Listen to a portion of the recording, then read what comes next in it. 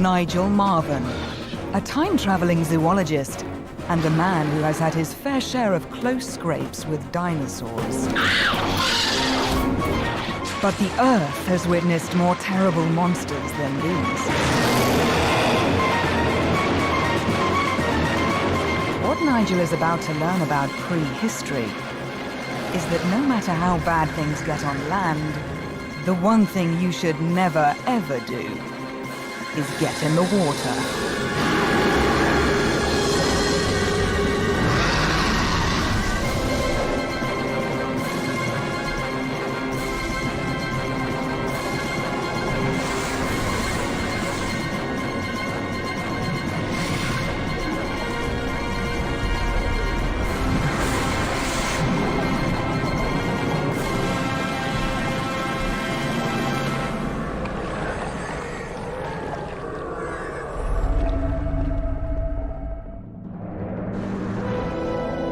In this latest adventure, Nigel will be traveling back and forth through prehistory to visit 7 different time zones and dive in the 7 deadliest seas ever.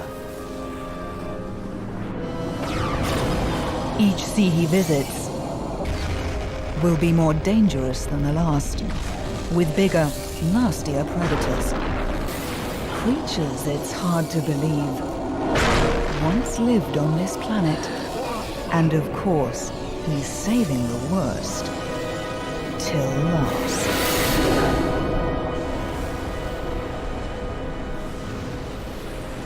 Nigel's first stop in this perilous navigation through time is a period called the Ordovician.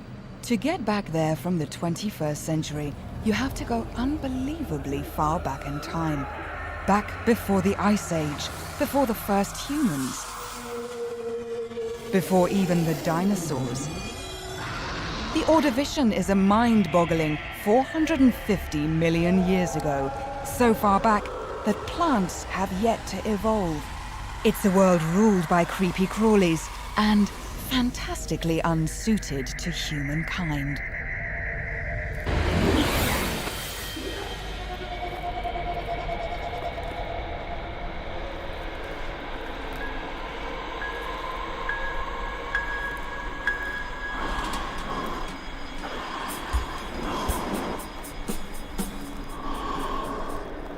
The atmosphere at this time, it's atrocious. Much less oxygen and much more carbon dioxide than I'm used to. Without this special air mix, I'd really feel sick and get bad headaches.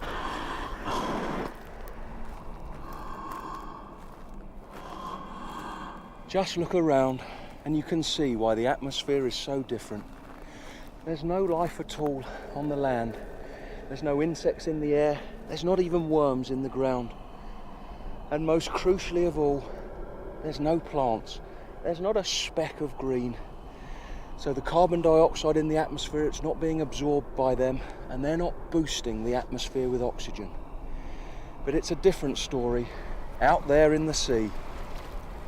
There's been life there for hundreds of millions of years.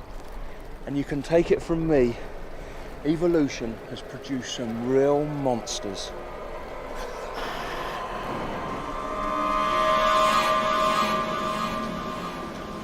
And now it was time to find one. First, some bait.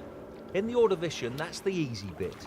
With no land animals to scavenge along the beach, anything the sea spits up just lies here rotting. An armour-plated fish.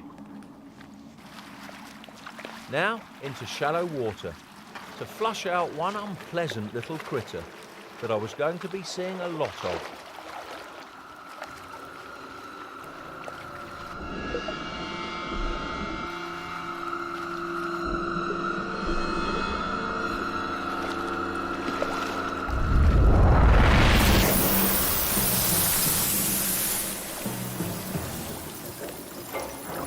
A sea scorpion, one of the most grotesque of predators. And look at that, look at the tail curling. That's how they get their name, but there's no venom in there, like their namesakes on the land. And you've got to be careful of those formidable pincers at the front. Oh.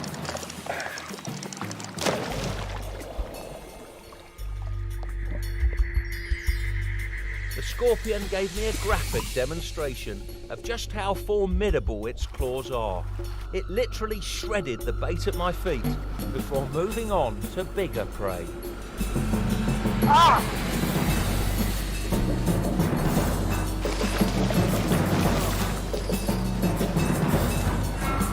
You all right, Nigel? Slash my leg. It's another scar for the collection.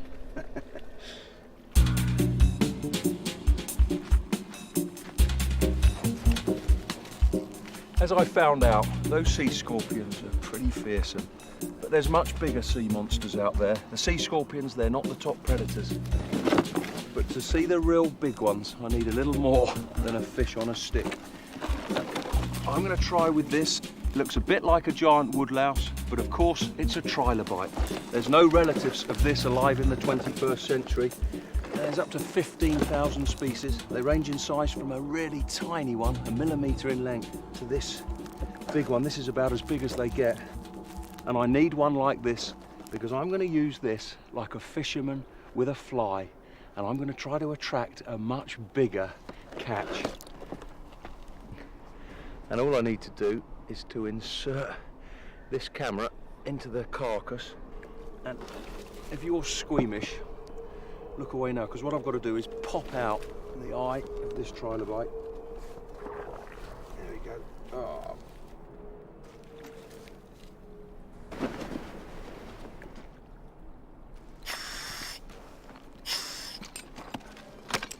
There's so many surprises here. The sun's setting, the evening's come, and it's been so quick, the day's flown by.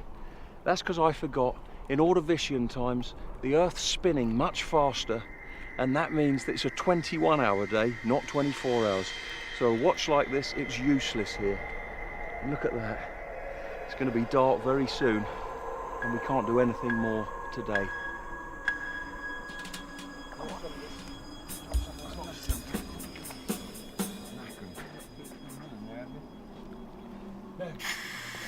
Anything you do, you try to do it, you know, you try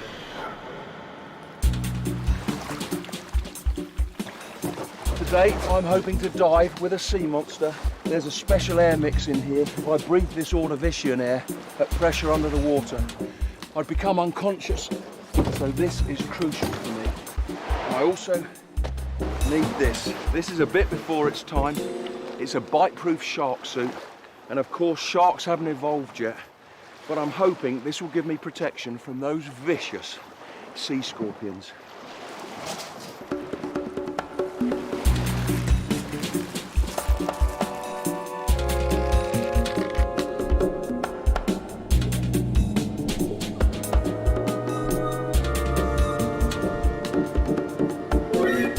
I knew the bigger predators would be out in deeper water, so I ventured out into the middle of the bay.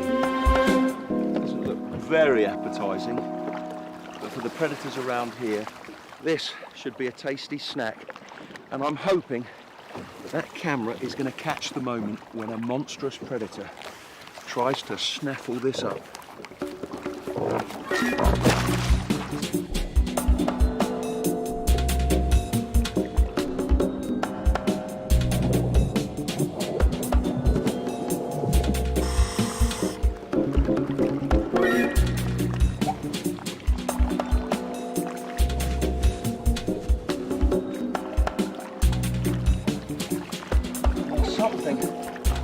Something approaching.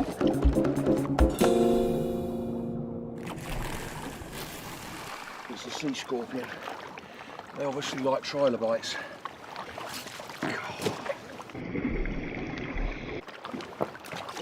Come on, let go.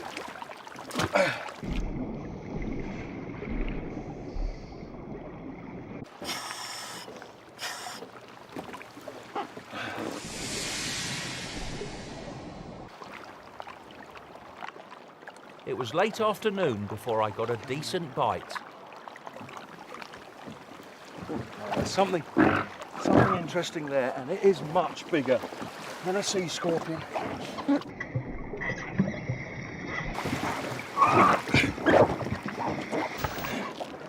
It's taken the camera. That's the end of the trilobite cam. I have got to see what that is.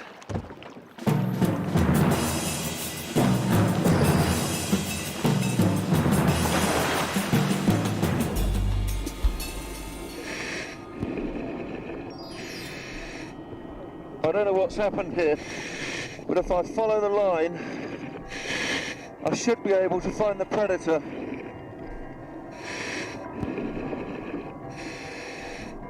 The camera's not at the end, which probably means that the predator isn't far away.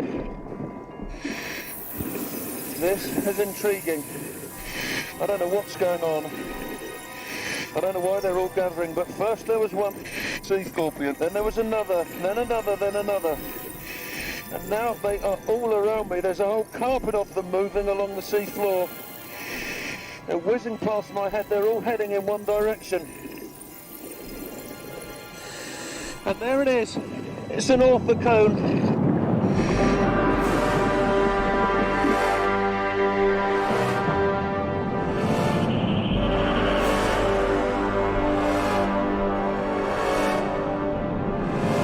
That is the biggest predator that the world has seen up until this time. He sensed me here, getting my heart hammering. I don't want to be grabbed by those tentacles, but those simple eyes, they should shun the light. So all I can do is start flashing my light, and maybe that will discourage him.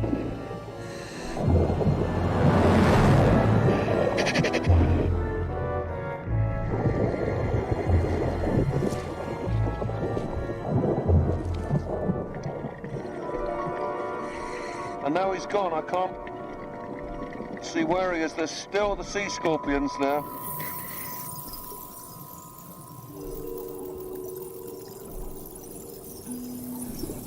There!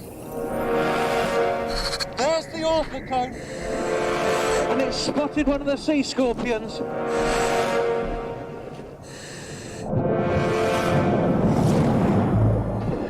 They're dragged back to the mouth where there's a horny beak. Oh, you can hear it. I can actually hear it under the water. Hear the crunching sounds as the sea scorpions are crushed by the beak. These orthocones probably spend a lot of time in deep water. Light doesn't penetrate too well down there, so the eyes don't work very well, and they rely on another sense. They will actually smell out their prey and then crush them to bits. The orthocone, that really is the top predator of Ordovician times. It's not swimming very fast. If I can catch up. There. Yes! Right onto the tip of the shell. It's a wonderful texture. And I am hitching a ride on the back of an orthocone. Hey!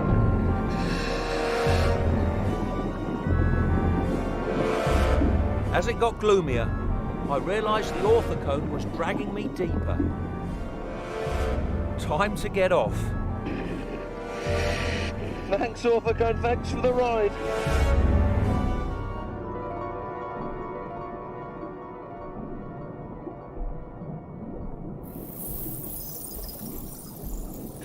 Go on. Get off!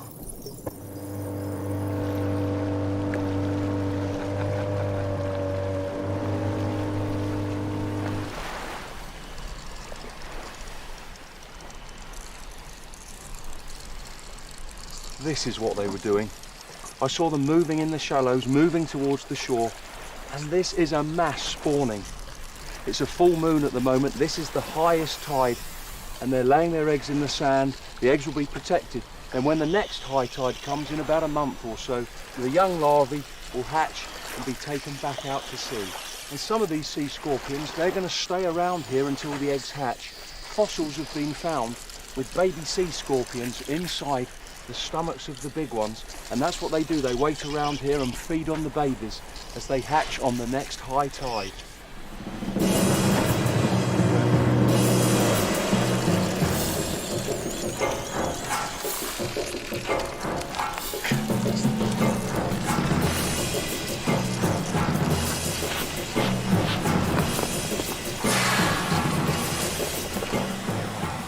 The Ordovician, then, isn't exactly a picnic.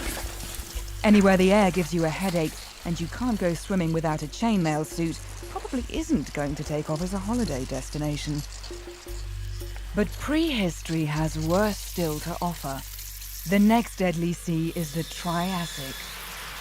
To get there, Nigel has to travel halfway back to the 21st century to 230 million years BC.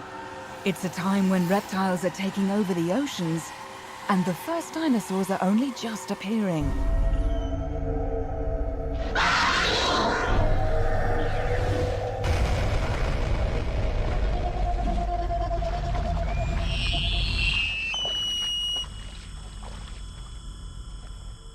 The Triassic is a crucial time for marine life. Something new's happened. The fish or the mammals, they're not the most ferocious animals out there. This sea is dominated by a group that used to just live on the land, the reptiles. Reptiles dominate everywhere right now. Winged reptiles, the pterosaurs, rule the skies. And the future lords of the land, the dinosaurs, have just evolved. But they're not much to look at yet.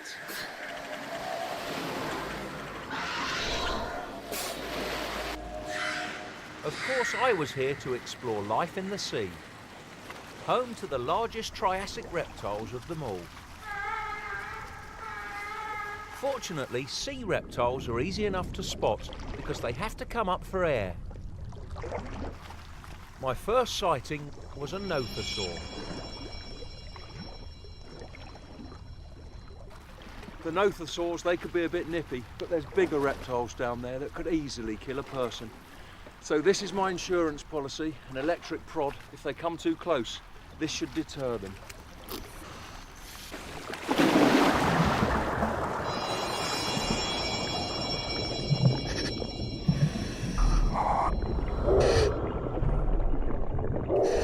There's not just one nothosaur, there's a pair of them. And they're inquisitive, coming closer and closer, they're so curious. But I'm the first human that they've seen.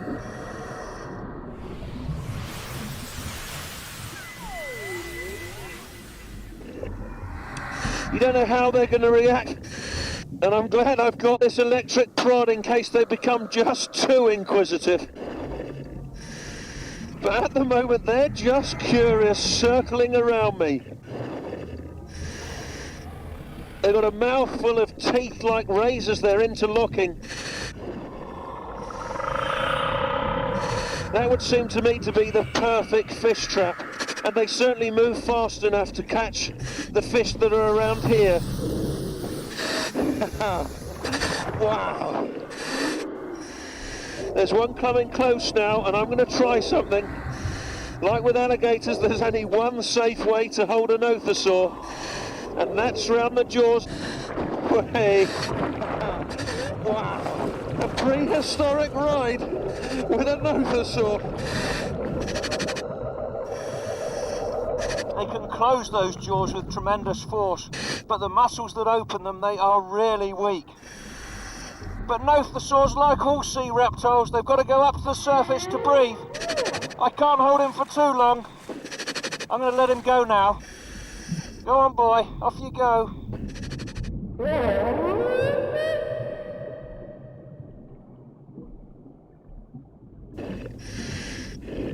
Hiding here, this isn't dangerous, but it's surely one of the most preposterous reptiles ever. Tanystropheus. Great long neck, great long tail, there's hardly any body at all.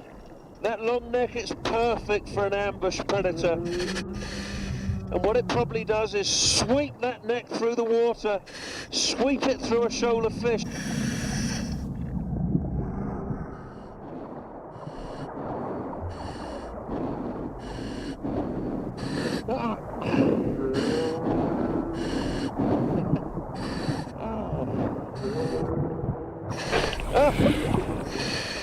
dropped its tail. This has happened to me many times when I was a little kid catching lizards. They do this as well. And this is an insurance policy. If they're attacked by a predator, the predator's distracted by the tail and the creature can escape. And like lizards, he'll grow the tail again. And it shouldn't do him much harm. Look, he's swimming away perfectly there. Golly, this tail is spasming so much. I can hardly hold on to it. Wow, where did that come from? I think it's a Symbospondylus, one of that great group of marine reptiles, the ichthyosaurs. He's a primitive member of the group, but they're going to evolve into a whole variety of forms. They'll be around for about another 100 million years. But he's coming a bit too close. And that slow movement, that's deceiving. With one lash of that tail, they can have really great bursts of speed.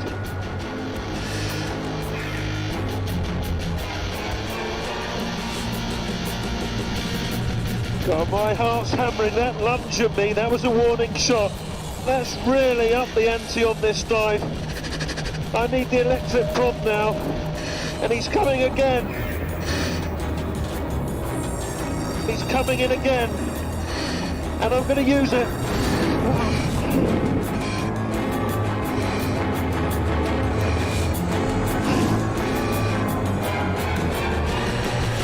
What a spectacular reptile.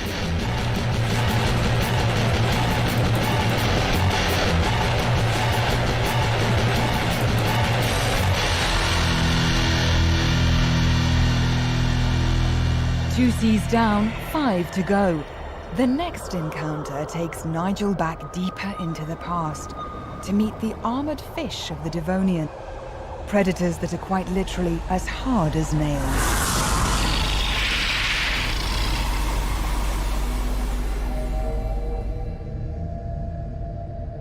I'm using the time map to get my head round where I've been. These spans of time are so immense.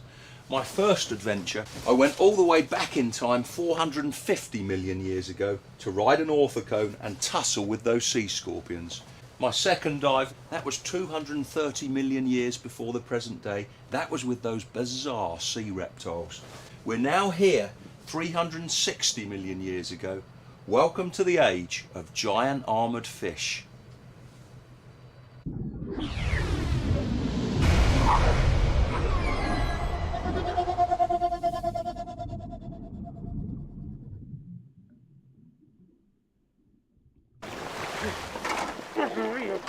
Unbelievable.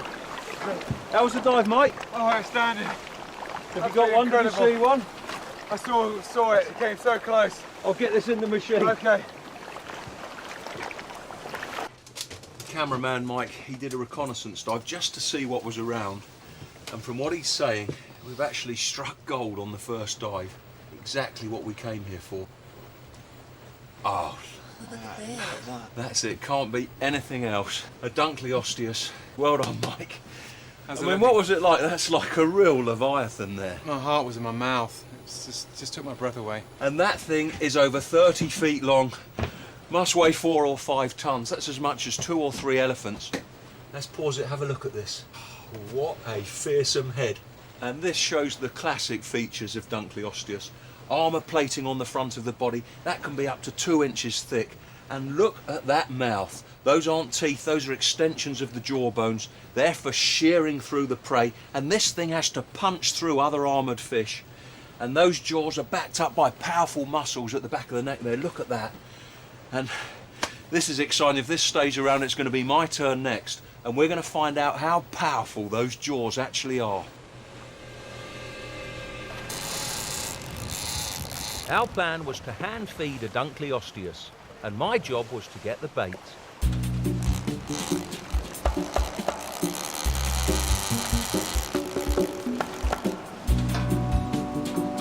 Meanwhile, the crew was building a cage for my protection. But why was it round? Well, in the same way that a dog can't bite a beach ball, we hoped that the jaws of the Dunkleosteus would slide off these bars.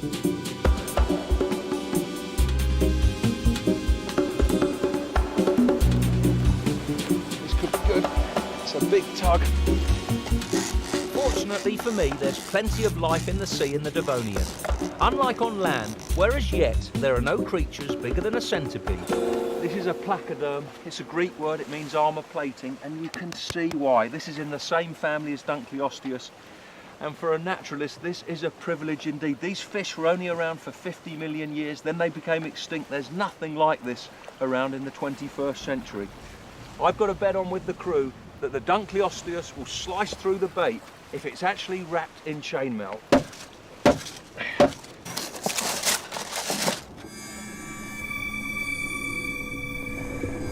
This is where you feel at your most vulnerable, actually swimming into the cage with a great chunk of bait. I'm in now, and it will probably take a few minutes for the trail of smell to bring in the predators, and fingers crossed we'll be able to see Dunkleosteus. Look what's arrived. This must be the most preposterous shark ever. Look at that fin on the back. Scientists call it the ironing board shark, and you can see why. Must be a male, only the males had that bizarre dorsal fin. Probably to help with mating, probably to display to females, maybe used in courtship battles between males. And these are some of the first sharks ever to evolve. And this is great for me, I am such a shark fan. But it's surreal.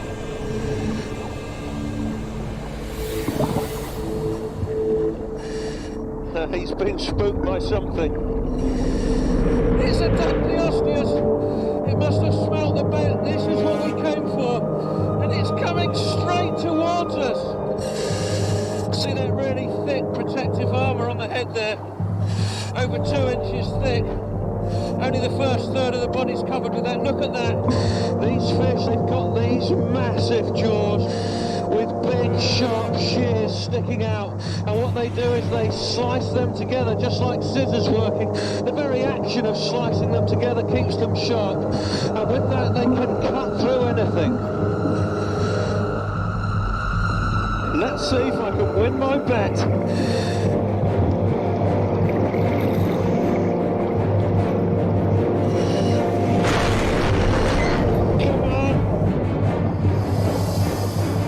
This is no fisherman's tale. This is a real monster.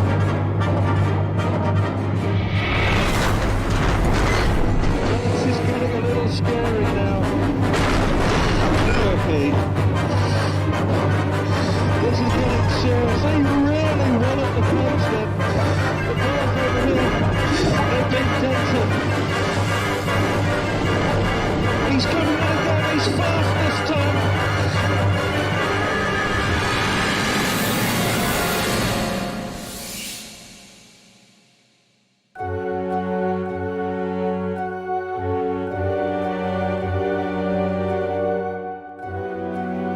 Well, could you survive a Dunkleosteus?